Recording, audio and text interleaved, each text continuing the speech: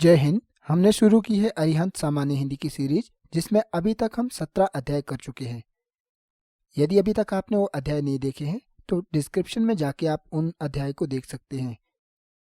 प्रस्तुत है अध्याय 18, रस, छंद और अलंकार।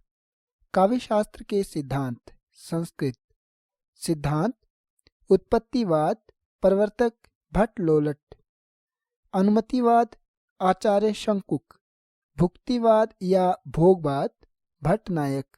अभिव्यक्तिवाद, अभिनव गुप्त। रस संप्रदाय, भरत मुनि। अलंकार संप्रदाय, भामह। रीति संप्रदाय, आचार्य वामन। ध्वनि संप्रदाय, आनंद वर्धन। वक्रोक्ति संप्रदाय, आचार्य कुंतक। औचित्य संप्रदाय, आचार्य क्षेमेंद्र। हिंदी। रीतिवाद, केशवदास। रामचंद्र शुक्ल ने चिंतामणि को हिंदी में रीतिवाद का प्रवर्तक माना है। स्वच्छंदतावाद, श्रीधर पाठक। छायावाद, जयशंकर प्रसाद। हालावाद, हरिवंश राय बच्चन। मानसलवाद, रामेश्वर शुक्ल अंचल। प्रयोगवाद, अज्ञेय। कैप्सूलवाद, ओमकारनाथ त्रिपाठी। प्रपद्यवाद, नकेनवाद, नलिन विलोचन शर्मा। केसरी कुमार, नरेश कुमार। पाश्चात्य। अभिव्यंजनावाद, बेनदेतो क्रोचे। अस्तित्ववाद, सोरेन कीर्कगार्ड। औदात्यवाद, लोनजाइनस। प्रतीकवाद, जॉन मोरियस। बिंबवाद, टी.ई. ह्यूम। मनोविश्लेषणवाद, फ्रॉयड। मार्क्सवाद, कार्ल मार्क्स। रस। रस का सर्वांगीण विवेचन सबसे पहले आचार्य भरत ने अपने नाट्य शास्त्र में किया। विभावानुभाव व्यवचारी संयोगाद रस निष्पत्ति, अर्थात विभाव अनुभाव व्यभिचारी भाव के संयोग से रस की निष्पत्ति होती है। साहित्य को पढ़ने, सुनने या नाटकादि को देखने से जो आनंद की अनुभूति होती है उसे रस कहते हैं। रस के 4 अंग हैं: स्थायी भाव, विभाव, अनुभाव और संचारी भाव। स्थायी भाव: हृदय में मूल रूप से विद्यमान रहने वाले भावों को स्थायी भाव कहते हैं। ये चिरकाल तक रहने वाले रस रूप में सृजित या परिणत होते हैं। स्थायी भावों की संख्या 9 है: रति, हास, शोक, क्रोध, उत्साह, भय, जुगुप्सा, विस्मय और निर्वेद। विभाव: जो व्यक्ति, वस्तु या परिस्थितियां स्थायी भावों को उद्दीपन या जागृत करती हैं उन्हें विभाव कहते हैं। विभाव 2 प्रकार के होते हैं: आलंबन विभाव और उद्दीपन विभाव। जिन वस्तुओं या विषयों पर आलंबित होकर भाव उत्पन्न होते हैं उन्हें आलंबन विभाव कहते हैं, जैसे नायक नायिका। आलंबन के भी 2 भेद हैं: आश्रय और विषय। जिस व्यक्ति के मन में रति आदि भाव उत्पन्न होते हैं उसे आश्रय, या जिस व्यक्ति या वस्तु के लिए आश्रय के मन में भाव उत्पन्न होते हैं उसे विषय कहते हैं। आश्रय के मन में भावों को उद्दीपन करने वाले विषय की बाह्य चेष्टाओं और बाह्य वातावरण को उद्दीपन विभाव कहते हैं। जैसे शकुंतला को देखकर दुष्यंत के मन में आकर्षण, रति भाव उत्पन्न होता है। उस समय शकुंतला की शारीरिक चेष्टाएं तथा वन का सुरमय, मादक और एकांत वातावरण दुष्यंत के मन में रति भाव को और अधिक तीव्र करता है। अतः यहाँ शकुंतला की शारीरिक चेष्टाएं तथा वन का एकांत वातावरण आदि को उद्दीपन विभाव कहा जाएगा। अनुभाव: आलंबन तथा उद्दीपन के द्वारा आश्रय के हृदय में स्थायी भाव जागृत या उद्दीपित होने पर जो आश्रय में चेष्टाएं होती हैं उन्हें अनुभाव कहते हैं। अनुभाव 4 प्रकार के माने जाते हैं: कायिक, मानसिक, आहार्य और सात्विक। संचारी भाव: आश्रय के चित्त में उत्पन्न होने वाले अस्थिर मनोविकारों को संचारी भाव कहते हैं। इनके द्वारा स्थायी भाव और तीव्र हो जाता है। संचारी भावों की संख्या 33 है: हर्ष, विषाद, त्रास, लज्जा या व्रीड़ा, ग्लानि, चिंता, शंका, असूया, अमर्ष, मोह, गर्व, उत्सुकता, उग्रता, चपलता, दीनता, जड़ता, आवेग, निर्वेद, धृति, मति, विबोध, वितर्क, श्रम, आलस्य, निद्रा, स्वप्न, स्मृति, मद, उन्माद, अभिथा, अपस्मार, व्याधि, मरण। आचार्य भरत मुनि ने नाटकीय महत्व को ध्यान में रखते हुए 8 रसों का उल्लेख किया: श्रृंगार, हास्य, करुण, रौद्र, वीर, भयानक, विभत्स एवं अद्भुत। आचार्य मम्मट और पंडित राज जगन्नाथ ने रसों की संख्या 9 माना है: श्रृंगार, हास, करुण, रौद्र, वीर, भयानक, विभत्स, अद्भुत और शांत। आचार्य विश्वनाथ ने वात्सल्य को 10वां रस माना है तथा रूप गोस्वामी ने मधुर नामक 11वें रस की स्थापना की, जिसे भक्ति रस के रूप में मान्यता मिली है। वस्तुतः रस 9 ही है। 1. श्रृंगार रस। आचार्य भोजराज ने श्रृंगार को रसराज कहा है। यह एकमात्र ऐसा रस है जिसमें अन्य रसों के संचारी भाव भी समाहित हो जाते हैं। श्रृंगार रस की व्यापकता और अनुभूति की गहराई की दृष्टि से अन्य रस इसकी समानता नहीं कर सकते।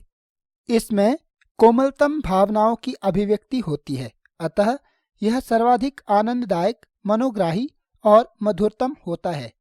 श्रृंगार रस का आधार स्त्री पुरुष का पारस्परिक आकर्षण है, जिसे काव्य शास्त्र में रति स्थायी भाव कहते हैं। जब विभाव, अनुभाव और संचारी भाव के संयोग से रति स्थायी भाव आस्वाद्य हो जाता है, उसे श्रृंगार रस कहते हैं। श्रृंगार रस में सुखद और दुखद दोनों प्रकार की अनुभूतियां होती हैं। इसी आधार पर इनके 2 भेद किए गए हैं: संयोग श्रृंगार और वियोग श्रृंगार। संयोग श्रृंगार, जहाँ नायक नायिका के संयोग या मिलन का वर्णन होता है, वहाँ संयोग श्रृंगार होता है। उदाहरण: चितवत चकित चहूँ दिशि सीता, कहाँ गए नृप किशोर मन चीता। लता और तब सखिन लखाए, श्यामल गौर किशोर सुहाए। थके नयन रघुपति छवि देखे, पलकनि हूँ परिहरि निमेषे। अधिक स्नेह देत भई भोरी, सरद ससिहै जनु चित्तव चकोरी। लोचन मग रामहि उर आनी, दीन्हे पलक कपाट सयानी। यहाँ सीता का राम के प्रति जो प्रेम भाव है, वही रति स्थायी भाव है। राम और सीता आलंबन विभाव, लतादि उद्दीपन विभाव, देखना देह का भारी होना आदि अनुभाव तथा हर्ष, उत्सुकता आदि संचारी भाव है। अतः यहाँ पूर्ण संयोग श्रृंगार रस है। वियोग या विप्रलभ श्रृंगार, जहाँ वियोग की अवस्था में नायक नायिका के प्रेम का वर्णन होता है, वहाँ वियोग या विप्रलभ श्रृंगार होता है। उदाहरण: कहेउ राम वियोग तब सीता, मोह कह सकल भय विपरीता। नूतन किसलय मनहु कृसानु, काल निशासम निशि शशि भानु। कुवलय विपिन कुंत बन सरिसा, वारिद तपत तेल जनु बरिसा। कहेउ ते कछु दुख घटी होई, काहि कहो यह जान न कोई। यहाँ राम का सीता के प्रति जो प्रेम भाव है, वह रति स्थायी भाव, राम आश्रय, सीता आलंबन, प्राकृतिक दृश्य उद्दीपन विभाव, कंप, पुलक और अश्रु अनुभाव तथा विषाद, ग्लानि, चिंता, दीनता आदि संचारी भाव है। अतः यहाँ वियोग श्रृंगार रस है। हास्य रस। आचार्य भरत ने हास्य रस के मूल में विकृति का भाव माना है और इसे सभी रसों में अधिक सुखात्मक माना है। आचार्य अभिनव गुप्त ने सभी रसों के आभास से हास्य रस की सिद्धि माना है। काव्यशास्त्र में हास्य के 6 भेद माने गए हैं: स्मित, हसित, विहसित, अवहसित, अपहसित और अतिहसित अथवा अट्ठाहस। विकृत वेशभूषा, क्रियाकलाप, चेष्टा या वाणी देखकर सुनकर मन में जो विनोदजन्य उल्लास उत्पन्न होता है, उसे हास्य रस कहते हैं। किसी कविता का अनुकरण व्यंग्यात्मक अथवा पैरोडी का रूप भी हास्य रस उत्पन्न करता है। उदाहरण: जेहि दिसी बैठे नारद फूली, सो दिसी तेहि न विलोकी भूली, पुनि पुनि मुनि उकसाही अकुलाही, देखी दशा हरिगण मुसुकाही। यहाँ स्थायी भाव हास, आलंबन वानर रूप में नारद, आश्रय दर्शक श्रोता, उद्दीपन नारद की आंगिक चेष्टाएं जैसे उकसाना, अकुलाना, बार बार स्थान बदलकर बैठना, अनुभाव हरिगण एवं अन्य दर्शकों की हंसी, और संचारी भाव हर्ष, चपलता, उत्सुकता आदि हैं। अतः यहाँ पर हास्य रस है। उदाहरण 2, खद्दर कुर्ता भक भको नेता जैसी चाल, एही वानक सो मन बसों सदा बिहारी लात। यहाँ कविवर विहारी के प्रसिद्ध दोहे की व्यंग्यात्मक अनुकृति पैरोडी हास्योत्पादक है। अतः इस दोहे में हास्य रस है। करुण रस, भवभूति ने करुण को ही एकमात्र रस माना है। एको रस करुण एवं निमित्त भेदात, अर्थात निमित्त भेद रसराज माना जाता है, परंतु करुण श्रृंगार की तरह आनंद स्वरूप नहीं है और विप्रलंब श्रृंगार के समीप आ जाता है। अतः श्रृंगार के समक्ष करुण रस को रसराज का स्थान नहीं दिया जा सकता है। फिर भी करुण रस का जीवन में काफी महत्व है। दुख या शोक की संवेदना बड़ी गहरी और तीव्र होती है। यह जीवन में सहानुभूति का भाव विस्तृत कर मनुष्य को भोग भाव से साधना भाव की ओर प्रेरित करता है। करुणा से हमदर्दी, आत्मीयता और प्रेम उत्पन्न होता है, जिससे व्यक्ति परोपकार की ओर उन्मुख होता है। भगवान बुद्ध के अनुसार करुणा से देवत्व का उदय होता है। इष्ट वस्तु की हानि, अनिष्ट वस्तु का लाभ, प्रिय का चिरवियोग, अर्थ हानि आदि से जहाँ शोक भाव की परिपुष्टि होती है वहाँ करुण रस होता है। जैसे शोक विकल एव रोवही रानी, रूप सीलु बल तेज बखानी, करही बिलाप अनेक प्रकारा, परही भूमितल बारही बारा। यहाँ स्थायी भाव शोक, दशरथ आलंबन, रानियां आश्रय, राजा का रूप, तेज बल आदि उद्दीपन, रोना बिलाप करना अनुभाव, और स्मृति मोह उद्वेग कंप आदि संचारी भाव है। अतः उपयुक्त पंक्तियों में करुण रस है। वीर रस, जीवन में वीरता पूर्ण कार्यों का बहुत ही महत्वपूर्ण स्थान है। अतः काव्य में वीर रस को मान्यता मिली हुई है। हिंदी साहित्य का आदिकाल वीर गाथात्मक होना, रीति भक्ति और आधुनिक काल में भी यत्र तत्र वीर रस की रचनाओं का भी सृजन होना उसके महत्व का प्रमाण है। आचार्य भरत ने अपने नाट्य शास्त्र में वीर रस के 3 भेदों का उल्लेख किया है: दानवीर, धर्मवीर और युद्धवीर। उत्साह स्थायी भाव जब विभाव, अनुभाव और संचारी भावों में परिपुष्ट होकर आस्वाद्य हो जाता है तो वीर रस उत्पन्न होता है। उदाहरण, मैं सत्य कहता हूँ सखे, सुकुमार मत जानो मुझे, यमराज से भी युद्ध में प्रस्तुत सदा जानो मुझे। हे सारथे, हे द्रोण, क्या आवे स्वयं देवेंद्र भी, वे भी न जीतेंगे समर में आज, क्या मुझसे कभी। यहाँ स्थायी भाव उत्साह, आश्रय अभिमन्यु, आलंबन द्रोण आदि कौरव पक्ष, अनुभाव अभिमन्यु के वचन, और संचारी भाव गर्व, हर्ष, उत्सुकता, कंप, मद, आवेग, उन्माद आदि हैं। अतः उपर्युक्त पंक्तियों में वीर रस है। रौद्र रस, रौद्र रस का स्थायी भाव क्रोध है। विरोधी पक्ष द्वारा किसी व्यक्ति, देश, समाज या धर्म का अपमान या अपकार करने से उसकी प्रतिक्रिया में जो क्रोध उत्पन्न होता है वह विभाव, अनुभाव और संचारी भावों में परिपुष्ट होकर आस्वाद्य हो जाता है और तब रौद्र रस उत्पन्न होता है। उदाहरण, माखे लखन कुटिल भई बोहें, रदपट परकत नयन रिसोहें, कही न सकत रघुबीर डर, लगे वचन जनुबान, नाई राम पद कमल जुग, बोले गिरा प्रमाण। यहाँ स्थायी भाव क्रोध, आश्रय लक्ष्मण, आलंबन जनक के वचन, उद्दीपन जनक के वचनों की कठोरता, अनुभाव भौहें तिरछी होना, ओंठ फड़फड़ाना, नेत्रों का रिसोहे होना, संचारी भाव अमर्ष, उग्रता, कंप आदि हैं। अतः रौद्र रस है। भयानक रस, भयप्रद वस्तु या घटना देखने, सुनने अथवा प्रबल शत्रु के विद्रोह आदि से भय का संचार होता है। यही भय स्थायी भाव जब विभाव, अनुभाव और संचारी भावों में परिपुष्ट होकर आस्वाद्य हो जाता है तो वहाँ भयानक रस होता है।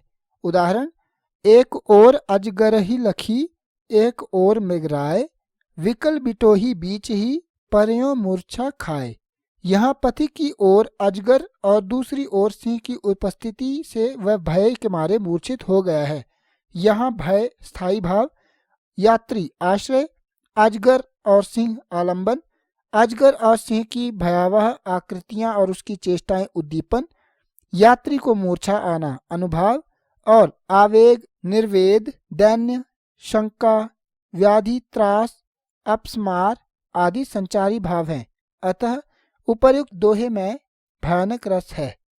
विभत्स रस, विभत्स रस का स्थायी भाव जुगुप्सा या घृणा है।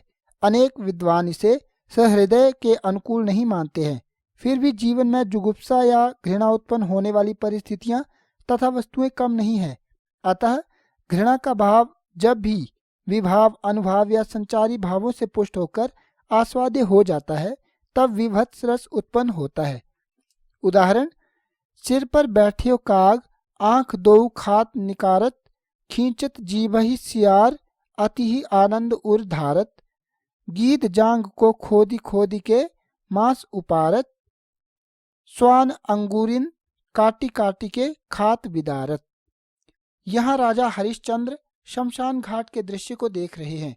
उनके मन में उत्पन्न जुगुप्सा या घृणा स्थायी भाव, दर्शक हरिश्चंद्र आश्रय, मुर्दे, मांस और शमशान का दृश्य आलंबन, गीध, सियार, कुत्तों आदि का मांस नोचना और खाना उद्दीपन, दर्शक या राजा हरिश्चंद्र को इनके बारे में सोचना अनुभाव, और मोह, ग्लानि, आवेग, व्याधि आदि संचारी भाव है। अतः यहाँ विभत्स रस की व्यंजना हुई है। अद्भुत रस, अलौकिक आश्चर्यजनक दृश्य या वस्तु को देखकर सहसा विश्वास नहीं होता और मन में विस्मय उत्पन्न होता है। यही विस्मय जब विभाव, अनुभाव और संचारी भावों में पुष्ट होकर आस्वाद्य हो जाता है तो अद्भुत रस उत्पन्न होता है। उदाहरण, अंबर में कुंतल जाल देख, पद के नीचे पाताल देख, मुट्ठी के तीनों काल देख, मेरा स्वरूप विकराल देख, सब जन्म मुझी से पाते हैं, फिर लौट मुझी में आते हैं। यहाँ स्थायी भाव विस्मय, ईश्वर का विराट स्वरूप, आलंबन, विराट के अद्भुत क्रियाकलाप, उद्दीपन, आंखें फाड़कर देखना, स्तब्ध अवाक रहना, अनुभाव और भ्रम, औत्सुक्य, चिंता, त्रास आदि संचारी भाव है। अतः उपर्युक्त पंक्तियों में अद्भुत रस है। शांत रस, अभिनव गुप्त ने शांत रस को सर्वश्रेष्ठ माना है। संचार और जीवन की नश्वरता का बोध होने से चित्त में एक प्रकार का विराग उत्पन्न होता है। परिणामतः मनुष्य भौतिक और लौकिक वस्तु के प्रति उदासीन हो जाता है। इसी को निर्वेद कहते हैं, जो विभाव, अनुभाव और संचारी भावों से पुष्ट होकर शांत रस से परिणित हो जाता है। उदाहरण, सुत वनितादि जानी, स्वारथरत न करु नेह सबहि ते, अंतहि तोहि तेजेंगे पामर, तू न तेजे अबहि ते, अब नाथहि अनुराग जाग जड़, त्याजु दुर्दशा जीते, बूझे न काम अगिनी तुलसी, कहूँ विषय भोग बहु घीते। यहाँ निर्वेद स्थायी भाव, संबोधित सांसारिक जन आश्रय, सुत वनिता आदि आलंबन, सुत वनितादि को छोड़ने को कहना अनुभाव, धृति, मति, विमर्श आदि संचारी भाव हैं। अतः उपर्युक्त पंक्तियों में शांत रस है। दो नए रस, शास्त्रीय दृष्टि से 9 ही रस माने गए हैं, लेकिन कुछ विद्वानों ने सूर और तुलसी की रचनाओं के आधार पर 2 नए रसों को मान्यता प्रदान की है, वात्सल्य और भक्ति। वात्सल्य रस, संस्कृत के अधिकांश आचार्यों ने वात्सल्य को श्रृंगार में समाहित कर दिया। आचार्य मम्मट ने रति देवादि विषय कहकर वात्सल्य रस की अलग से परिकल्पना नहीं की, किंतु आचार्य भोज, भानुदत्त, अभिनव गुप्त, हेमचंद्र, आचार्य विश्वनाथ आदि इसे स्वतंत्र रस मानते हैं। आचार्य रुद्रट ने बहुत पहले से ही प्रयाण रस की कल्पना के साथ वात्सल्य की सत्ता स्वीकार की तथा इसका स्थायी भाव स्नेह माना था। वात्सल्य रस के 2 अंग हैं, संयोग वात्सल्य और वियोग वात्सल्य। हिंदी कवियों में सूरदास ने वात्सल्य रस को पूर्ण प्रतिष्ठा दी है। तुलसीदास की विभिन्न कृतियों के बालकांड में वात्सल्य रस की सुंदर व्यंजना दृष्टव्य है।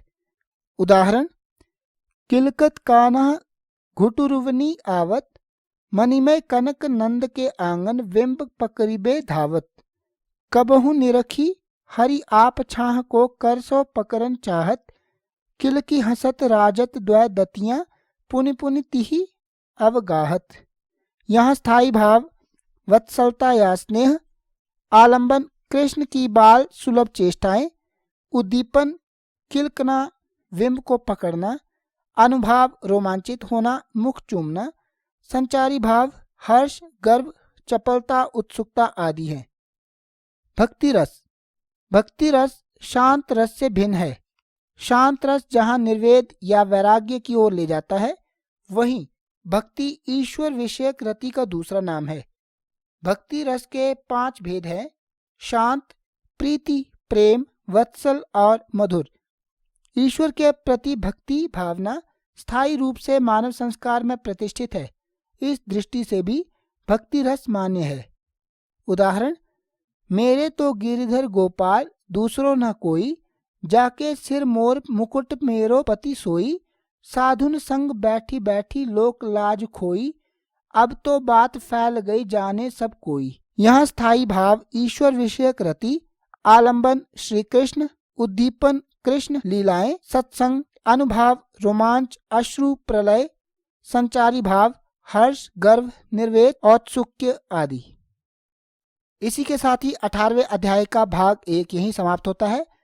यदि अभी तक आपने इस सीरीज की अन्य वीडियोस नहीं देखी हैं तो डिस्क्रिप्शन में जाकर आपको उनका लिंक मिल जाएगा। एंड स्क्रीन पर आपको प्लेलिस्ट मिल जाएगी जिसमें जाकर भी आप उन वीडियोस तक पहुंच सकते हैं।